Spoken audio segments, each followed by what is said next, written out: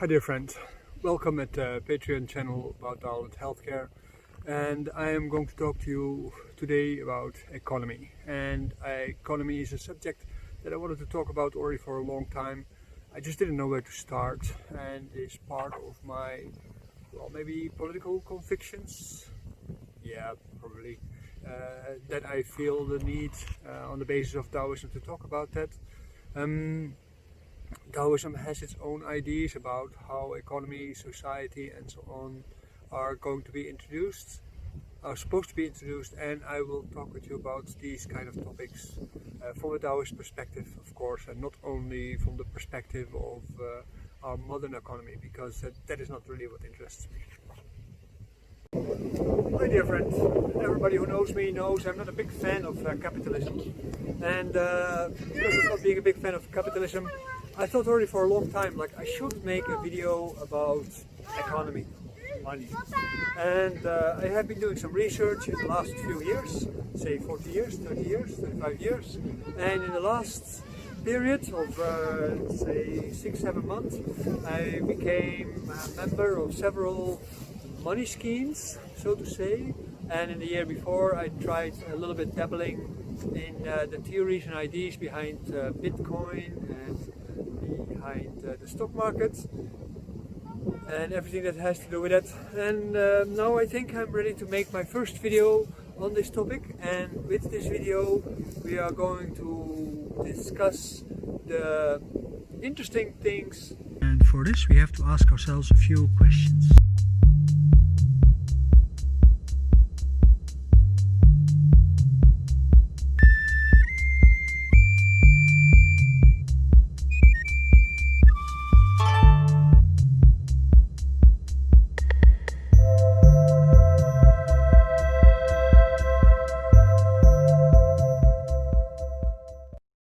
For the sake of argument, I divide economy in about 5 different aspects. No, they do not fall into the same categories as the Wu Xing or anything like that. They're not components which are all required, but these are just components that are, well, it's just starting to rain. Let's hope that the rain is not going to be too bad and that we can handle the rain, and that my notebook that I have is not going to be too much wetted. Well, it doesn't seem like it's going to be very dry. I'm going to go try to stand under the trees and see if I can find a better place to do this. Wait. Now I'm stuck underneath a few trees, and I am bound to stay here until the rain is gone.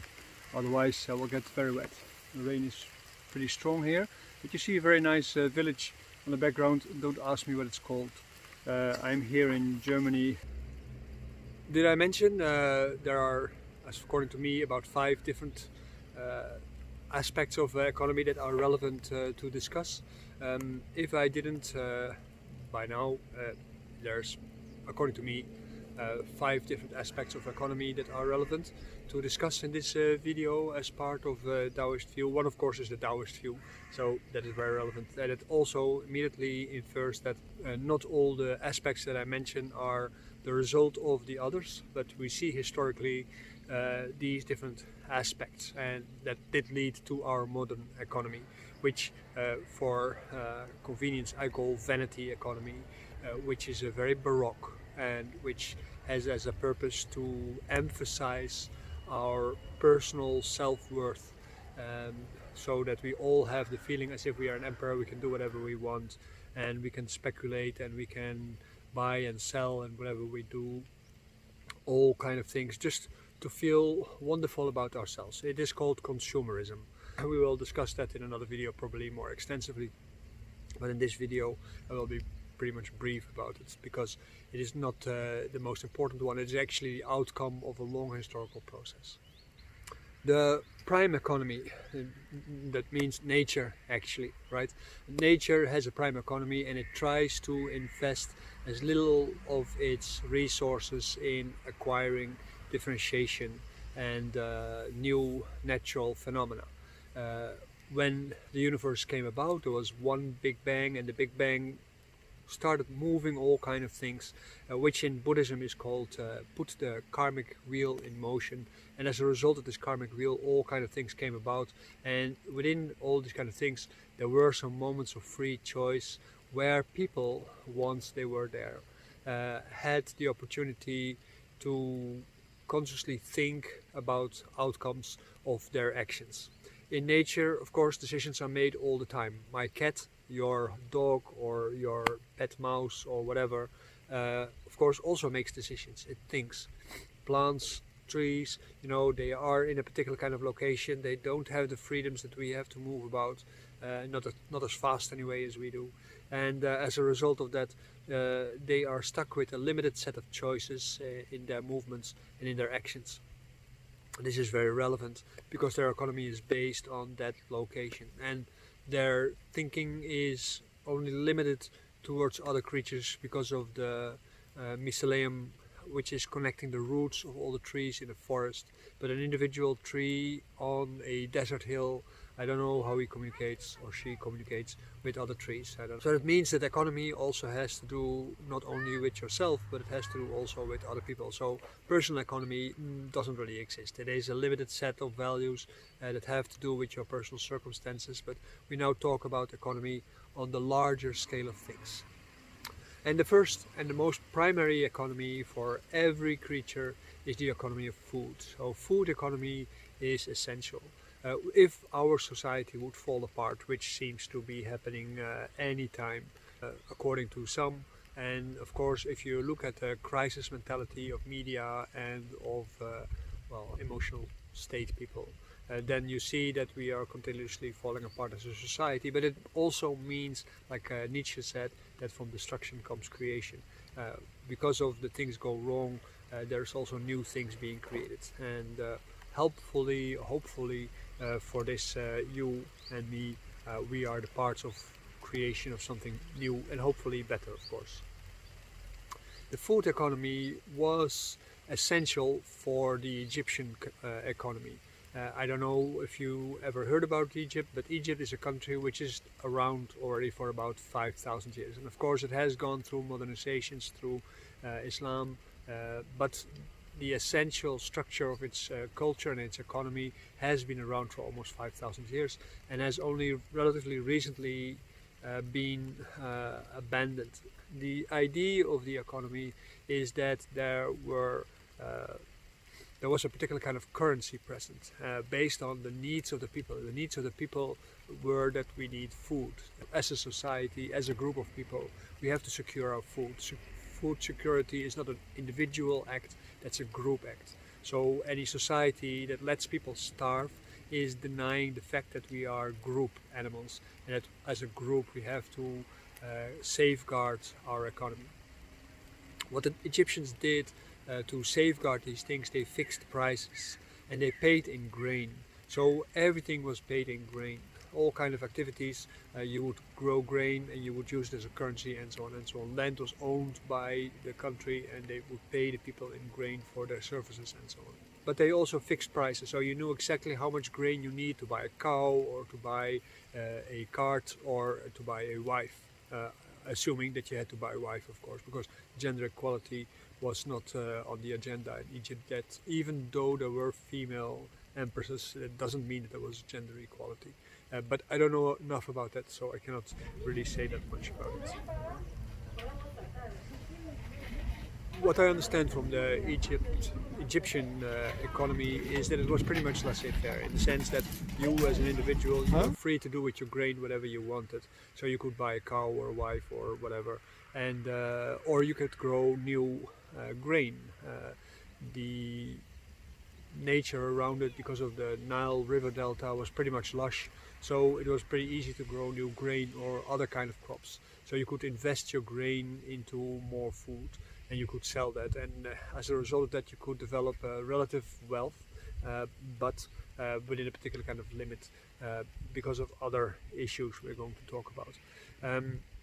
You see something similar in modern times. In modern times they are against fixing prices because if you fix prices it is difficult to speculate with the signs of the times, and as a result that make a lot of money. You have to understand, in current stock markets, for instance, there are two kinds of investors.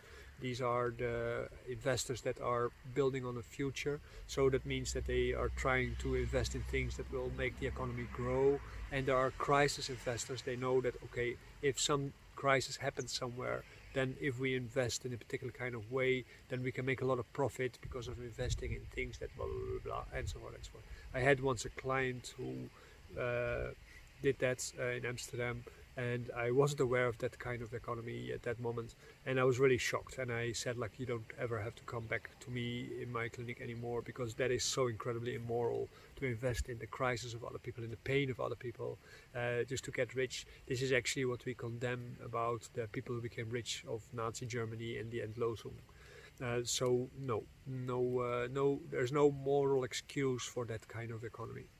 Going back to the Egyptian economy, is that these fixed prices made sure that the society was relatively stable, a little bit like in tribal societies, where people hunted in tribes, in groups, and where they were in groups looking for food when there was no agriculture yet.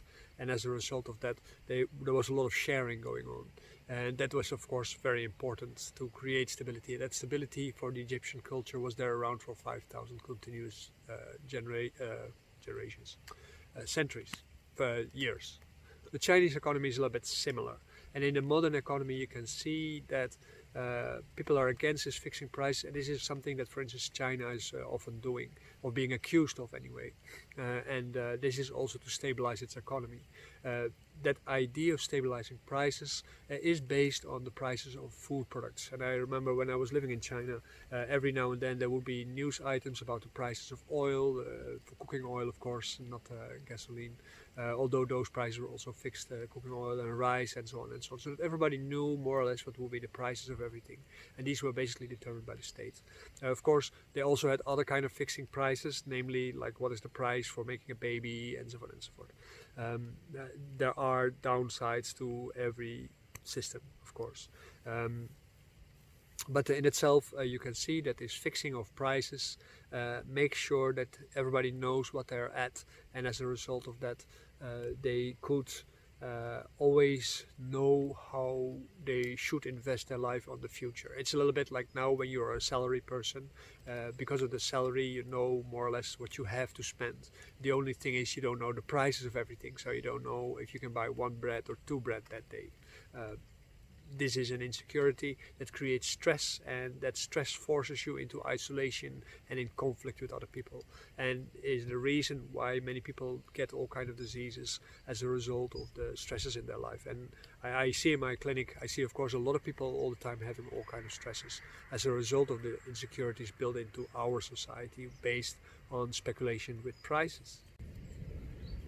The second form of economy has to do with infrastructure. When a society lives in small communities, infrastructure is very limited. You just have to be able to walk to the hut or the tent or whatever kind of shelter your neighbor has, and when you go into nature there will be some paths created by animals or by yourself because of walking there many times, or going to your farmland to get your crops or your breakfast or something like this.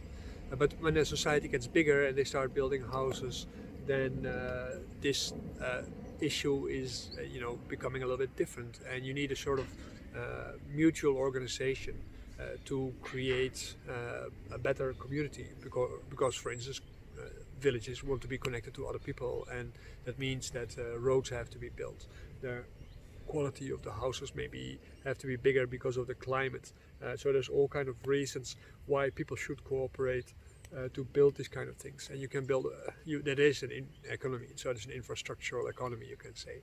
And the organizational structure, the organizational economy around this sharing of tasks, we could call the beginnings of a bureaucracy, because the society, when it becomes more complex and more people gather together, like you see in many ancient cities from around the end of the last ice age, you see that people start living in larger communities, whether they were hunting gatherers or they were farmers or they were whatever aliens, you would see that they would live together in larger groups, and as a result of this living in larger groups, they had to build well, walls maybe to defend the people against foreign invasion, and they had to build roads, toilets. You can imagine any kind of infrastructure that you need. We also depend on infrastructure, and it's not just the roads, it is also the airports, it is the railroads, it is the bicycle paths, it is the internet, it is the lighting structure on the streets. It is all the basic utilities for which we task this to the government. So you can see infrastructural requirements for the time. They basically create a bureaucracy, and bureaucracy is governance. And governance in that sense is an important aspect. You see in Chinese culture, even in the old texts like the Guanzi, they emphasize that you need governance to make sure that these things happen. And in Taoism, governance is very important, because as a Taoist you're relevant in investing your life in helping society to build its infrastructure by doing all kinds of things. Like when I'm making these videos, I'm building infrastructure. I'm not only building the infrastructure for the Daoland program, but I also build the infrastructure of people's minds and thoughts and so on.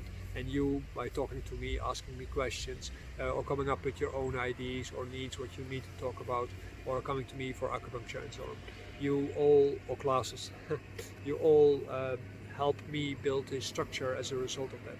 So you can see that this infrastructure is also a shared activity, but it is about responsibilities that do not have to do directly with food, although they can support the production of food, because a good infrastructure makes sure that your salad can come from Israel while you eat it in the Netherlands, or your tomatoes can come from South America while you eat it in New York. Just to mention a few things. When you look at this infrastructure, you get this bureaucracy. Of course, you talk also about leadership. So that means that bureaucracy also creates leadership, management, so to say. And some of these leaders tend to become a little bit overzealous, and they attract more power. And as a result of this attraction of more power, you get basically the formation of kings and dictators.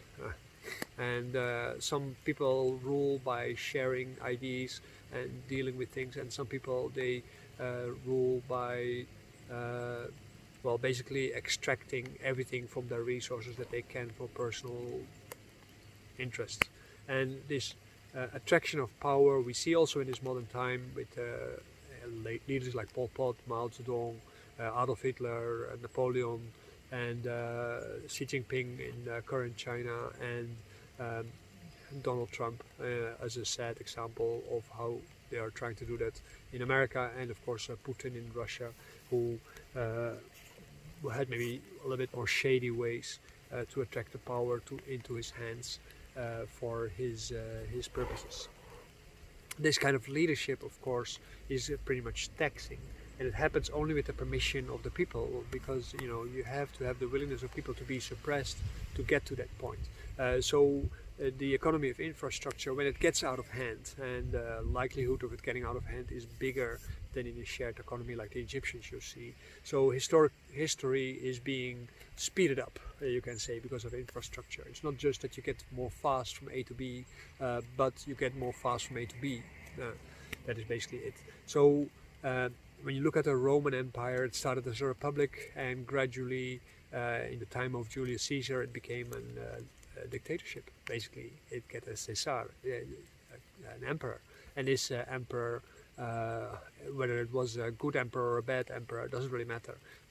He gets into a position, or she gets into a position to take more and more power and do more and more whatever he or she wants.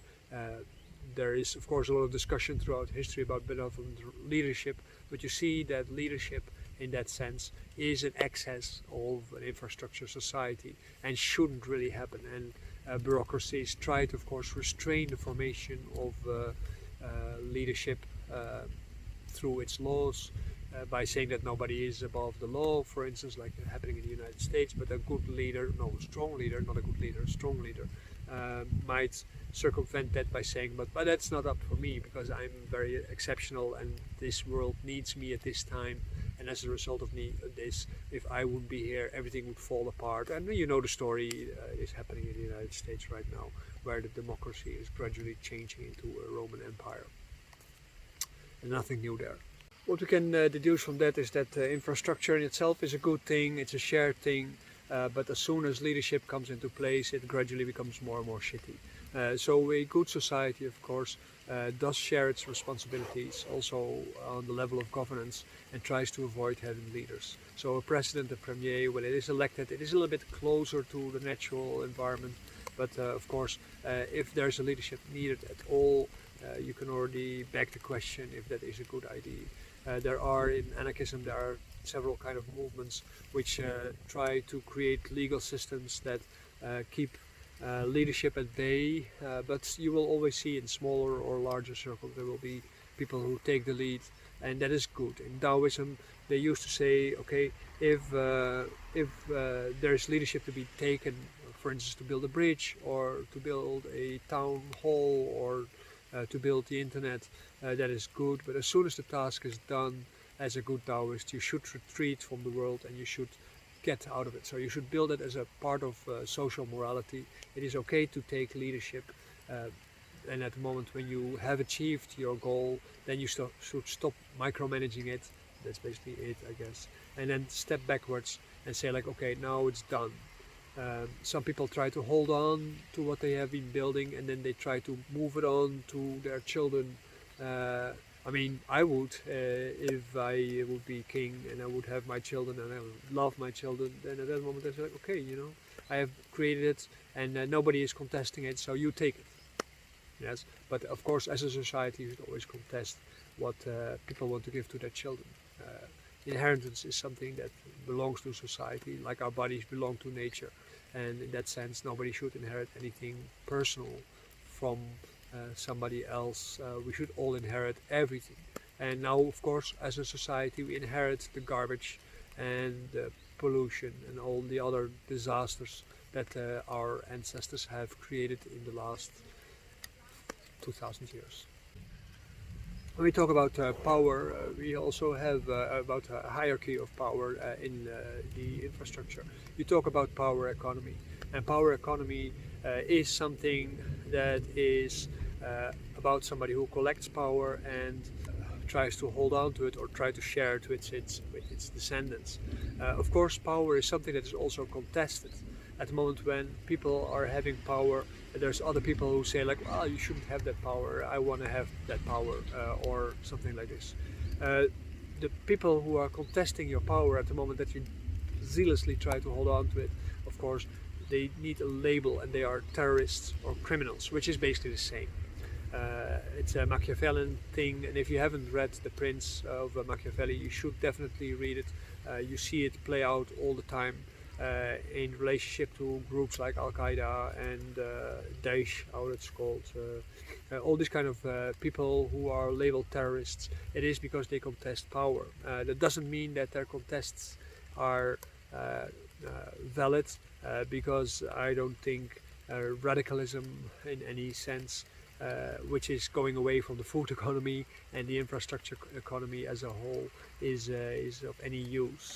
Criminal organizations like the Cosa Nostra mafia, the Russian mafia, the Dutch drugs mafia, the Colombian mafia, all these kind of groups that are trying to get economic profit at the expense of the existing infrastructure and so on. These are all basically labeled by the government as competitors. Yes, because that's what it is. And you see nowadays that a lot of criminal groups, they invest in government institutions by becoming a member of all kind of boards. They try to half legalize their economy by investing in infrastructure buildings. By, well, just whitewashing, they can appear to be part of our modern societies. And you know, your city wouldn't be the first city that has one shopping street with very exclusive shops, of which 90% of all the shops are basically investments by drug lords, and that there's not enough customers inside to prove why this shop is there. The rain is getting a little bit harder, so I have to hide deeper under the bushes. So my camera position had to change also. What is of course exciting for the movie. in itself. As a Daoist, I am, of course, invested more in the food and the infrastructure economy than anything else. And I think as part of the Daoland program, we should advocate going back to this kind of economy. And part of this series is that I want to discuss alternatives for economy, and I'm going to do that in one of our next movies. And I look forward to see you back in that. If you want to give your remarks on that, it of course would be really great, because then we can actually have a real discussion. What it is that when you have an economy, this is about community. An economy has to create subsistence for a community, and if it doesn't create subsistence for a community where every member of that community can benefit of it, then at that moment it's not a community, it is basically a band of robbers who are allowing some people to become rich over the heads of other people. And you see in modern society that basically the society is a band of robbers, and it has nothing very much to do anymore with fair and equal rights for everybody, because it goes at the expense of social mobility. And social mobility, of course, is the hallmark of equality.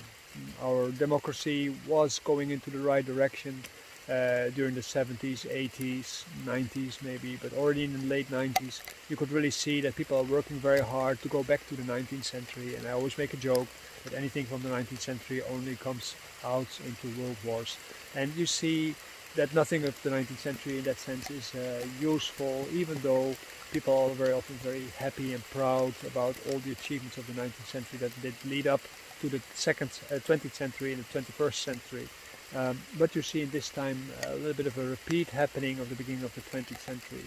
Now we are getting more back to the inequalities of the 19th century. My camera is getting blocked because of the rain. There's water drops falling on the lens, you see. So I am thinking of closing the camera, and see you next time. This is a jungle garden. This is a jungle garden. This is a jungle garden. This is a jungle garden. This is a jungle garden.